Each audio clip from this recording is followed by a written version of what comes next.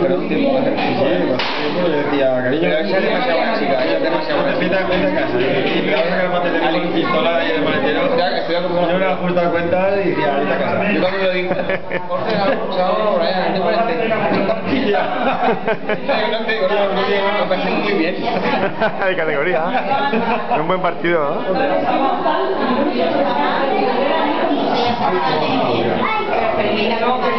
El manso, ¿eh? Manso,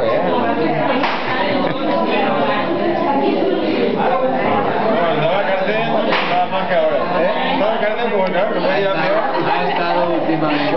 Sí, pero de ahí controlaba todo. No, ya. Aquí se fue antes. Igual le manejaba la... ¿Qué? El cerebro igual manejaba la vida. Hombre, ahí me han dicho... Ahora, te va a ganar.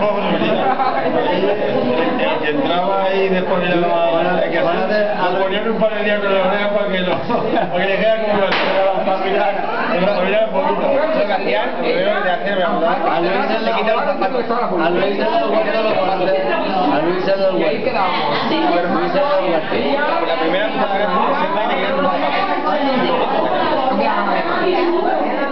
zapatos.